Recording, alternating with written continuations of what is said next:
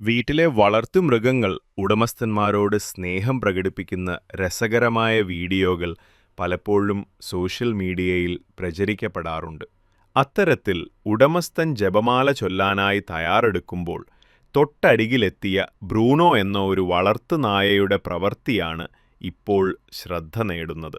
ഉടമസ്ഥൻ പ്രാർത്ഥിക്കുമ്പോൾ അവരുടെ കൈകളിൽ ബ്രൂണോ തന്റെ കൈകൾ സൗമ്യമായി ചേർത്തുവയ്ക്കുന്നത് ദൃശ്യങ്ങളിൽ കാണാം. ലോറനാം 71 എന്ന ടിക്ടോക്ക് അക്കൗണ്ടിൽ പോസ്റ്റ് ചെയ്ത് ഈ വീഡിയോയിൽ കൈകളിൽ ജപമാലയുമായി സോഫയിലിരിക്കുന്ന യുവതി പ്രാർത്ഥിക്കാനായി തയ്യാറെടുക്കുന്നു.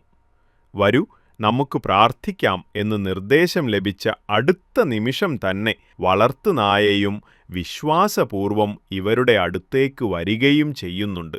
പ്രാർത്ഥന അവസാനിച്ച ശേഷം ഇനി നീ പോയിക്കോളൂ എന്ന് ആ യുവതി പറയുന്നതുവരെ വളരെ സൗമ്യമായി ബ്രൂണോ യുവതിയുടെ അടുത്ത് തന്നെ നിന്നു.